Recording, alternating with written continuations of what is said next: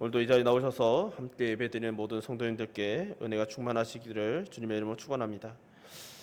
대학생 시절에 자취방에서 신앙적인 내용으로 언쟁을 벌였던 적이 있습니다.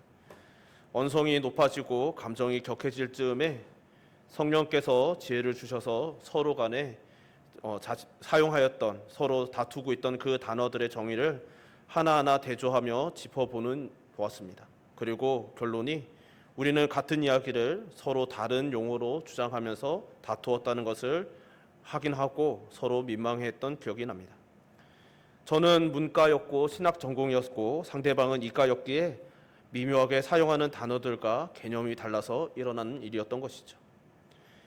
이 일화를 언급한 이유는 갈수록 익숙한 교회 용어들을 우리가 공유하고 있으면서도 또 그 같은 단어를 사용하면서도 그 의미는 서로 잘못 이해하는 경우를, 그래서 다르게 이해하는 것 때문에 자주 다투고 분쟁이 일어나는 것을 보고 있기 때문입니다. 서로 안다고 생각한 같은 단어를 서로 다르게 사용함으로써 생기는 오해와 다툼들은 갈수록 늘어나고 있습니다. 교회뿐만 아니라 세상에서도 그러하죠. 이런 때일수록 우리는 더욱 기본인 성경에 충실하면서 서로 간의 오해 없이 같은 고백과 관점을 반복해서 나누며 확인해야 될 필요가 있는 것이죠. 언젠가 교회는 종교 이상의 존재라고 말씀드린 바 있습니다. 교회가 종교가 아닌 그 이상의 존재라는 근거는 은혜인 것이죠. 이 은혜에는 여러 가지로 설명할 수 있는 표현들이 있지만 오전에도 말씀드렸듯이 결국 우리가 절대로 얻을 수 없었던 것을 하나님께서 대신 주심으로 교회가 성립된다는 것입니다. 다른 종교들은 사람들이 신에게 무엇인가 드릴 수 있는 게 존재하지만 교회는 사람들이 드릴 수 있는 것이 없습니다. 무조건적인 은혜로 일방적으로 받음으로 성립되고 우리는 그저 믿음으로 받았다는 것을 믿음으로 예배 드릴 뿐 아무것도 실제적으로 드릴 수 있는 것은 없는 것이죠. 이것을 루터는 이러한 원리를 이신칭의라고 정의하였습니다. 그리고 이신칭의는 교회가 서고 넘어지는 교리라고 설명하며 매우 핵심적인 교리라고 말한 바 있는 것이죠. 이 고백은 명확합니다. 우리가 선행, 경건 등 우리의 업적으로 구원을 받는 것이 아니라 하나님께서 믿는 자에게 예수 그리스도께서 성취하신 의를 전가시켜 주신다는 것이죠. 그리고 이를 위해 인간이 하나님을 찾아가는 것이 아니라 하나님께서 찾아와 주시고 우리가 섬기는 것이 아니라 하나님께서 섬겨주신다는 것도 교회가 세상 종교와 명확히 다른 점인 것이죠. 죄로 인해 하나님과의 관계가 단절된 인간이 스스로는 도무지 하나님을 찾을 수 없었습니다. 우리는 인류사에서 인간들이 하나님을 찾기 위해 노력한 모든 흔적들을 보고 있죠. 그러나 그 노력으로 문명이 오늘날 고도화되었다고 하는 지금까지도 인간이 스스로 하나님을 발견하고 깨닫고 관계를 회복하는 일은 일어나지 않았음 또한 우리는 보고 있습니다. 그래서 인류사가 점점 더하여져 가고 인류의 지혜가, 문명이, 기술이 점점 발전하고 발전하면 발전할수록 깨닫게 되는 것은 하나님께서 끊임없이 인간들에게 찾아와 주시고 마침내 독생자를 내어주시면서까지 찾아와 주셔서 길을 내어주신 것이 얼마나 큰 자비와 긍휼하심인지 점점 더 선명해지는 것이죠. 그렇기 때문에 이러한 것을 깨닫는 공동체인 교회의 이 모든 특징들을 우리는 은혜라고 부르는 것입니다. 우리는 행위가 아닌 오직 믿음으로 말미암아 구원받고 그 사실을 믿는다는 믿음의 표현이 예배입니다. 그리고 교리로서 하나님의 은혜를 가장 잘 드러내는 것은 루터로 인해 재조명된 이신칭의인 것이죠. 그래서 우리는 오늘 본문을 통해 이 이신칭의의 교리를 좀 더 살펴보고자 합니다. 이신칭의는 오직 믿음으로 말미암아 의롭다 함을 받는다라는 교리이죠. 인간의 어떤 행위가 아니라 오직 믿음이 구원을 결정한다라는 것입니다. 그리고 이것 때문에 우리는 세상과 다른 관점으로 다르게 살아가는 자들이죠. 오랜 역사 속에서 인간은 쌓을 수 있는 그 무엇인가로 서로를 평가하며 살아왔습니다. 그것이 재력이기도 하고 명예이기도 하고 지식이기도 하고 권력이기도 하였던 것이죠. 그래서 모든 인간의 평가의 기준이 되는 것들은 끊임없이 쌓아 올리는 삶인 것입니다. 그러나 그것들이 이 땅을 살아가는데 도움이 될 수는 있어도 하나님께서 우리를 판단하실 때 그 어떤 고려 대상조차 되지 않는다는 것을 우리는 알아야 하는 것이죠. 오늘 본문은 우리가 본래 허물과 죄로 죽었던 존재라고 규정하며 그때 너희는 그 가운데서 행하여 이 세상 풍조를 따르고 공중의 권세 잡은 자를 따랐으니 곧 지금 불순종의 아들들 가운데서 역사하는 영이라고 말씀하십니다. 근데 이것은 인간들에게 납득할 수 없는 것이 문제인 것이죠. 이 이야기를 들을 때 우리들이 쌓아 올린 그 모든 것이 헛된 것이라고 이야기를 들을 때 사람들은 누구나 그것에 대해서 납득할 수 없어 합니다. 심지어 하나님 앞에 고백하며 그 사실을 인정하고 나온 우리들조차도 때로는 그것이 이해가 안 되고 납득이 안 돼서 그것에 대해서 원망하거나 혹은 더욱더 움켜쥐고 싶어하는 욕망이 치솟곤 하죠. 왜냐하면 열심히 노력해온 세월과 수고와 업적을 송두리째 부정당하는 것이기 때문입니다. 내가 이 수고를 하고 이 고생을 하고 이 노력을 하여서 남들이 부러워하고 자랑할 만한 이것들을 쌓았는데 때로는 그것이 남들에 비해서 보잘것없다 할지라도 여기에 나의 인생이 들어가 있는데 담겨 있는데 그것이 부정당한다라는 생각 때문에 사람들은 그것이 그 존재의 부정으로 여기면서 그것에 대해서 반발하고 납득할 수 없어하고 상실감을 느끼는 것이죠.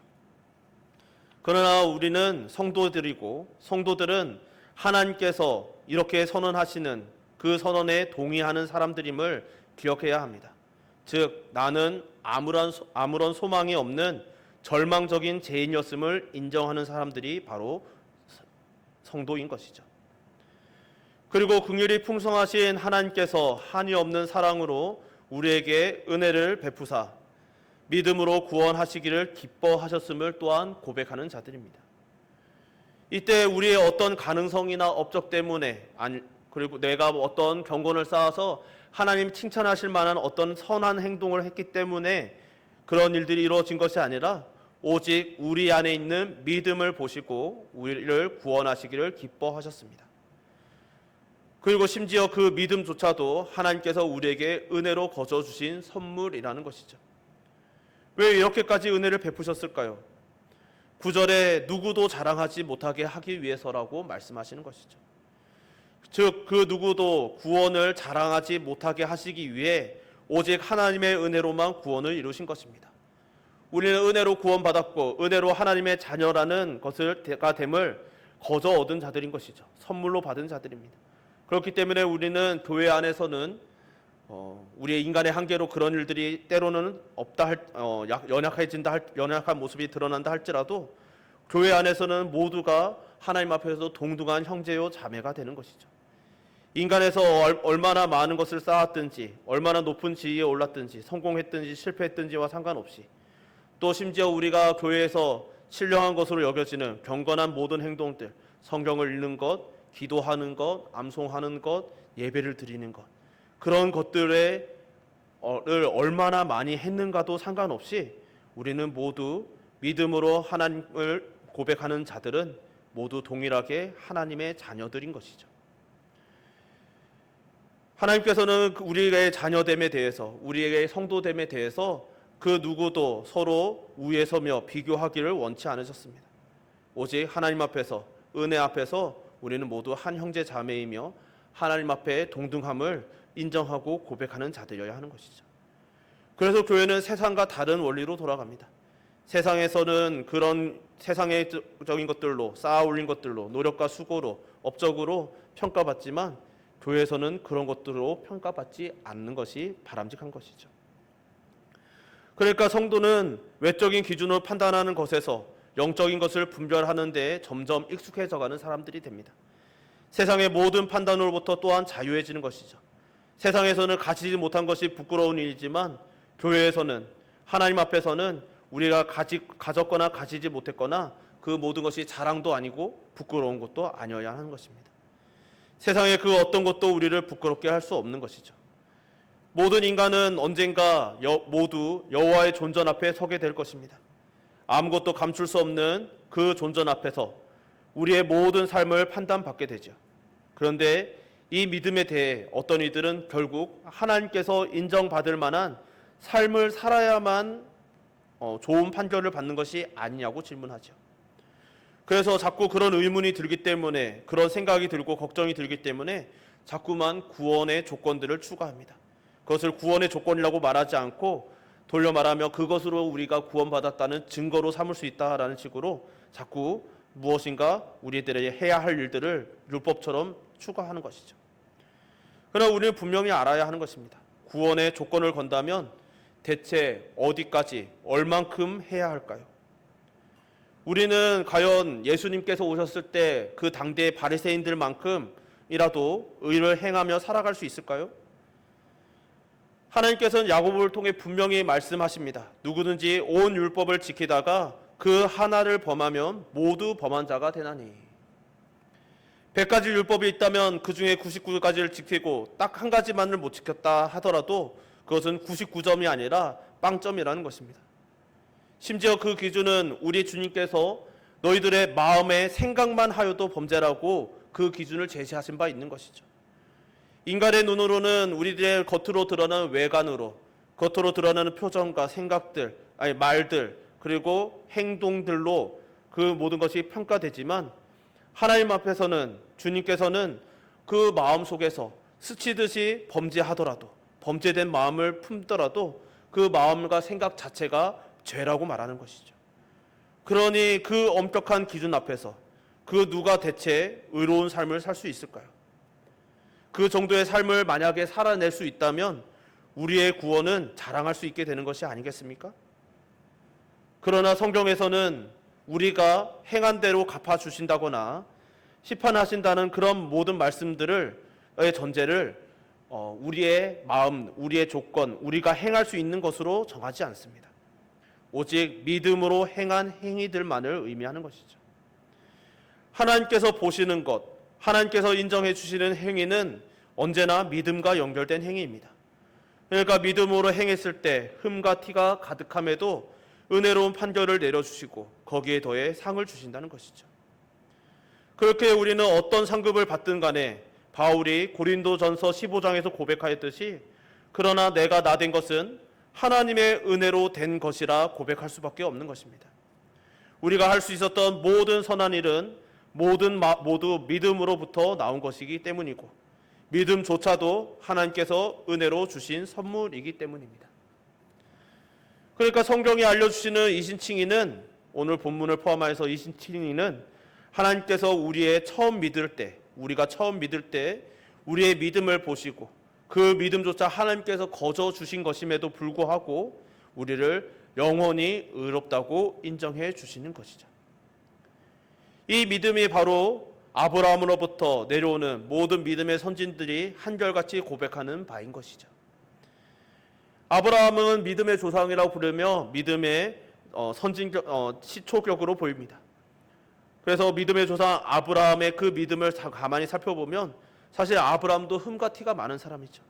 그는 자신의 아내를 지킬 수 없어서 2번이나 팔았던 사람입니다. 부부간에 지켜야 할 의리를 지키지 못하였고 또 서로 간의 신의도 지키지 못하였습니다. 비록 그것이 그의 아내 사라가 양해한 것이라 할지라도요. 때로는 거짓말하는 사람이었고 두려워서 하나님의 말씀을 끝까지 신뢰하지 못하는 순간들도 있었습니다. 그러나 하나님께서 그때마다 나타나 격려하시면, 말씀하시면 그의 믿음이 연약하였다 할지라도 그렇게 알겠습니다라고 그 말씀을 인정하는 자세를 보였을 때 그가 실수하였지만, 때로는 실패하였지만, 의심하였지만 하나님께서는 그것을 의로 여겨주셨던 것이죠. 우리가 계속해서 함께 살펴보고 있는 다윗은 어떻습니까? 다윗은 하나님께 마음에 합한 자다라고 인정을 받았던 자이죠. 그러나 그의 생애가 결코 완벽한 삶이 아니었음은 우리가 모두가 알고 있는 사실이죠. 아브라함이 믿음의 의로 여겨주신 하나님, 다윗이 하나님을 믿음의 마음에 합한 자라 해주신 하나님께서 오늘 우리에게도 동일하게 우리가 믿음에 하나님께서 의로 여겨주시고 마음에 합한 자라, 너는 믿음의 사람이라 선언해 주시는 것입니다. 그리고 우리는 이 믿음으로 아무리 열심히 살았어도 우리가 받을 은혜를 급여, 대가로 여길 수 없고 주님 나는 무익한 종입니다 라고 엎드릴 수밖에 없게 되는 것이죠. 그래서 의롭다함을 받은 하나님의 자녀는 감사와 기쁨, 사랑과 은혜가 충만할 수밖에 없고 하나님을 사랑하지 않을 수 없고 그 하나님을 사랑하기 때문에 하나님을 향하여 헌신하게 되는 것입니다. 그리고 그 하나님을 향하여 헌신하며 하나님을 사랑을 닮아가다 보면 우리도 하나님께서 우리에게 베푸신 무조건적인 은혜, 정말 이루 말할 수 없는 그 긍휼하심을 우리도 본받아 살아가게 되는 것이죠. 그래서 우리는 점점 더 온유한 사람들이 되어가는 것입니다. 이것이 성도의 삶인 것이죠. 우리 성도의 의로운 삶은 그래서 두려움 때문에 하야 하는 일이 아닌 것입니다. 하나님 앞에 심판을 받을까봐, 정죄함을 받을까봐, 하나님께서 이 일 때문에 나를 때리실까봐 두려워서 하는 일이 아니어야 한다는 것입니다. 오늘 본문 10절입니다. 10절 제가 봉독해 드립니다. 우리는 그가 만드신 바라 그리스도 예수 안에서 선한 일을 위하여 지으심을 받은 자니 이 일은 하나님이 전에 예비하사 우리로 그 가운데서 행하게 하려 하심이니라. 아멘. 하나님께서 선한 일을 위하여 우리를 그리스도 예수 안에서 지으셨다라고 말씀하고 있습니다. 그러니까 우리는 심판을 통과하기 위해서, 하나님께 벌받지 않기 위해서 선한 일을 행하는 자들이 아니라는 것이죠. 은혜로우신 하나님께서 우리에게 무한한 은혜를 거저 주심으로 우리로 하여금 은혜를 경험하게 하시고 우리를 은혜롭고 선한 백성으로 만들어 가시는 것입니다. 그리고 이것을 우리는 성화라고 부르는 것이죠. 그래서 우리는 지금 나 자신이 부족하고 연약하여도, 시험에 들었어도, 낙심하였어도, 넘어졌어도 그 어떤 우리의 연약함과 약점도 약점이라고 생각하지 않습니다. 나의 이 연약함조차 하나님께서 사용하시고 만지사 거룩하게 하시고 그 거룩을 끝내 완성시키심으로 하나님 나라의 완전한 모습으로 들어가게 해주실 것을 믿기 때문인 것이죠. 간절박은 이 자리에 있는 저와 여러분 우리 모두가 이 사실을 믿음으로 늘 담대하고 또 하나님께서 주시는 그 은혜를 따라 넉넉하게 살아가시는 저와 여러분 되시기를 주님의 이름으로 축원합니다. 사랑하는 성도 여러분, 그래서 우리는 이런 질문을 날마다 서로 주고받아야 하는 것이죠. 은혜를 받고 사십니까? 여러분, 은혜로운 한 주를 보내셨습니까? 은혜로운 하루를 보내셨습니까? 은혜로운 예배가 되셨습니까? 주일마다 하나님 앞에 주의 백성과 함께 나아갈 때 절박한 마음으로 또 은혜를 구하며 나아가십니까? 여러분은 우리들 스스로가, 나 스스로가 정말 부족하고 연약한 존재, 정말 하나님께서 은혜를 주지 않으시면 정말 어떠한 자격도 없는, 공로도 없는 그런 절망적인 존재라는 사실을 오늘도 인정하셨습니까? 그래서 우리는 하나님의 은혜가 날마다 필요한 존재임을 고백하셨습니까? 우리가 날마다 예배를 드리는 것은 우리가 하나님을 기쁘시게 하는 어떤 특별한 행위를 하는 것이 아닙니다. 우리가 이 예배를 완벽하게 드림으로 하나님을 기쁘시게 하는 것도 아닙니다. 우리가 예배를 드리는 것은 이 예배를 통하여 우리는 하나님의 은혜가 없으면, 하나님께서 우리와 동행해 주지 않으시면, 우리에게 은혜 주지 않으시면 어떠한 소망도 없다는 사실을 오늘도 인정하고, 하나님 그래서 나의 그 부족함과 연약함을 인정합니다라고 손들고 주님께 나아가는 시간들인 것이죠. 그래서 하나님을 찬양하고 그 하나님을 경배하며 기도하며 또 주의 말씀으로 우리의 심령을 채우는 것이 예배인 것이죠. 그럼으로써 우리는 이 예배를 통하여 하나님과 동행하고 범사에 하나님을 인정하며 살아가는 것이고, 그리고 궁극적으로 우리는 이 자리에 나와서 공적인 예배뿐만 아니라 우리의 삶 속에서도 예배 드리는 삶을 살아냄으로써 우리의 전 생애가 마침내 점점 더 거룩하여져 가고 성화되어져 가고 하나님 앞에서 영화로워져 가는 삶을 살아가게 되는 것이죠. 간절히 바라기는 이 자리에 있는 저와 여러분 우리 모두가 은혜를 받으시기를 주님의 이름으로 축원합니다. 은혜로우신 하나님 아버지께 은혜를 달라고 간구하시기를 주님의 이름으로 축원합니다. 우리가 얼마나 은혜를 필요로 하는 존재인지 날마다 고백하시고 그 고백 위에 우리의 삶을 살아가시고 또 하나님 앞에서 그렇게 살아가시다가 여호와의 존전 앞에서 함께 하나님의 그 은혜로우심에 감사하며 영화로운 예배를, 이 땅에서는 우리가 온전하지 못하여서 완성된 예배를 정말 때론 연약한 모습으로 드렸던 이 예배를 정말 온전한 기쁨과 영원한 즐거움으로 그런 영원한 예배를 올려드릴 수 있는 우리 모든 은총의 가족들 되시기를 주님의 이름으로 축원합니다. 우리 시간 찬양 한 곡 부르고 함께 기도했으면 좋겠습니다. 우리 나는 예배자입니다라는 찬양인데요. 우리의 예배드리는 예배자 되는 마음을 위하여, 또 우리의 예배자됨을 위해서 우리의 정체성을 놓고 예배를 위하여 함께 그런 마음을 품으면서 기도하는 마음으로 찬양합시다.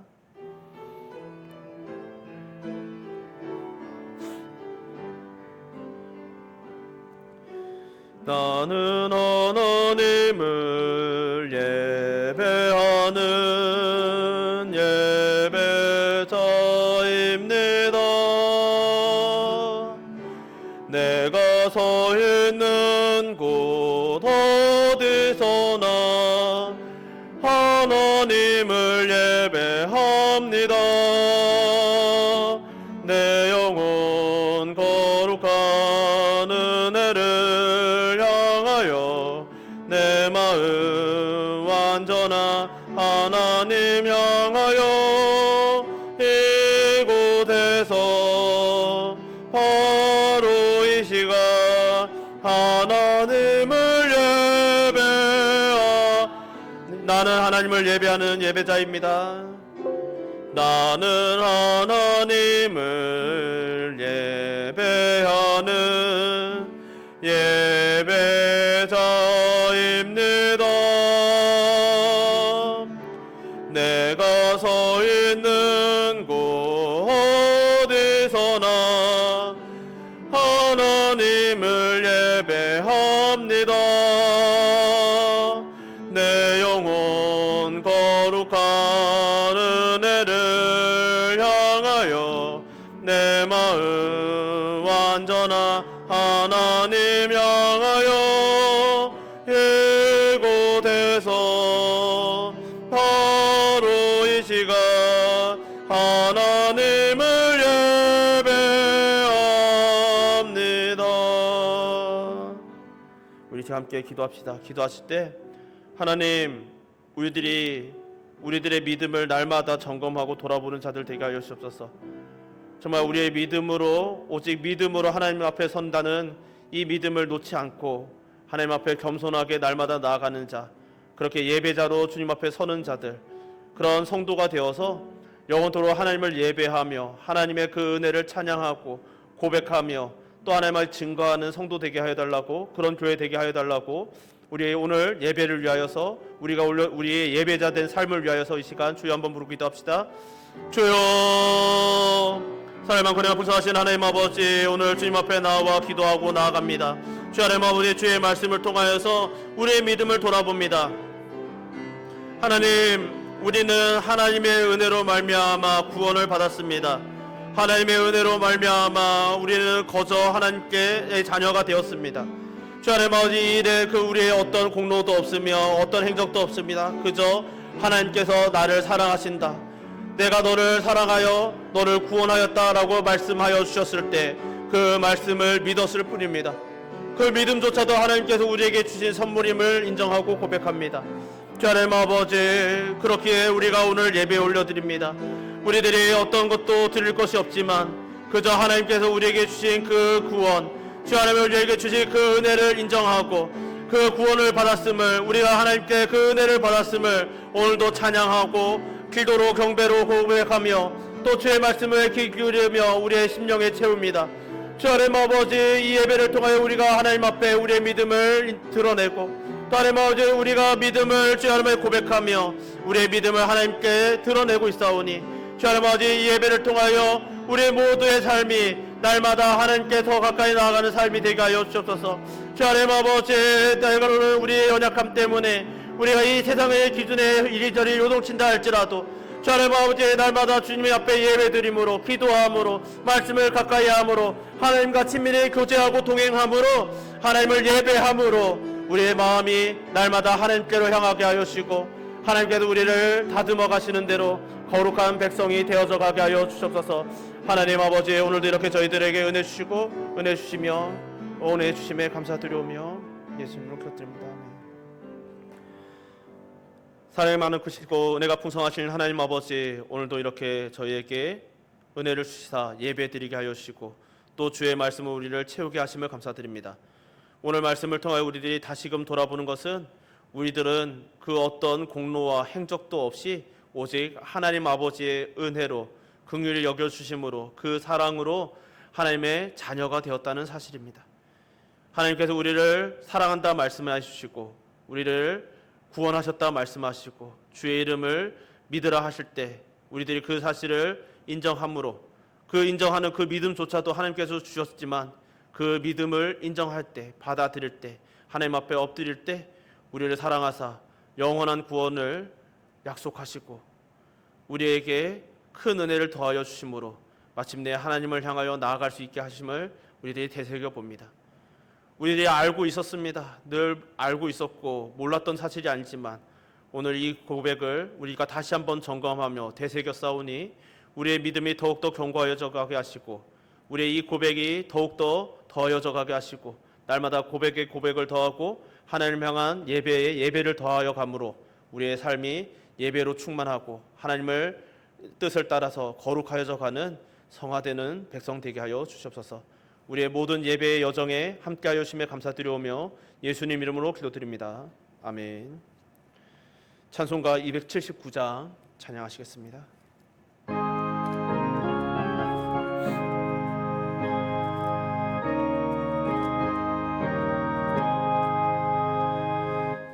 은혜하신 구세주여 내가 배우네 죄노라 하실 때에 날 부르소서 주여 주여 내가 배우네 죄노라 하실 때에 날 부르소서 자비하신 보좌 앞에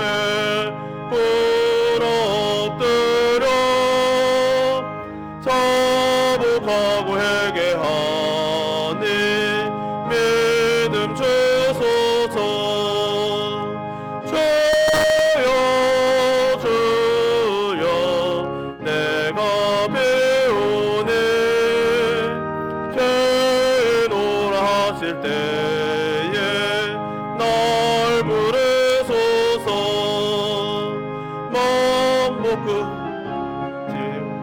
여 주께 가오니 상한 마음을 고치시고 구원하소서 주여 주여 내가 배우네 죄노라 하실 때에 날 부르소서 만복은 우리 주여 위로하소서 우리 주와 같으시니 어디 있을까 주여 주여 내가 배우네 죄노라 하실 때에 날 부르소서 아멘. 이제는 우리 주 예수 그리스도의 은혜와 하나님 아버지의 만극하신 사랑과 성령님의 서로 교통하심이 하나님께 믿음을 선물로 받고 그 믿음을 따라 의롭다함을 받았음을 인정하고 예배드리는 모든 주의 자녀들 머리 위에 그들의 모든 앞날과 선택 위에 또 만남 위에 또 그 모든 주의 몸된 교회 위에 이제부터 영원토록 항상 함께 있을지어다. 아멘.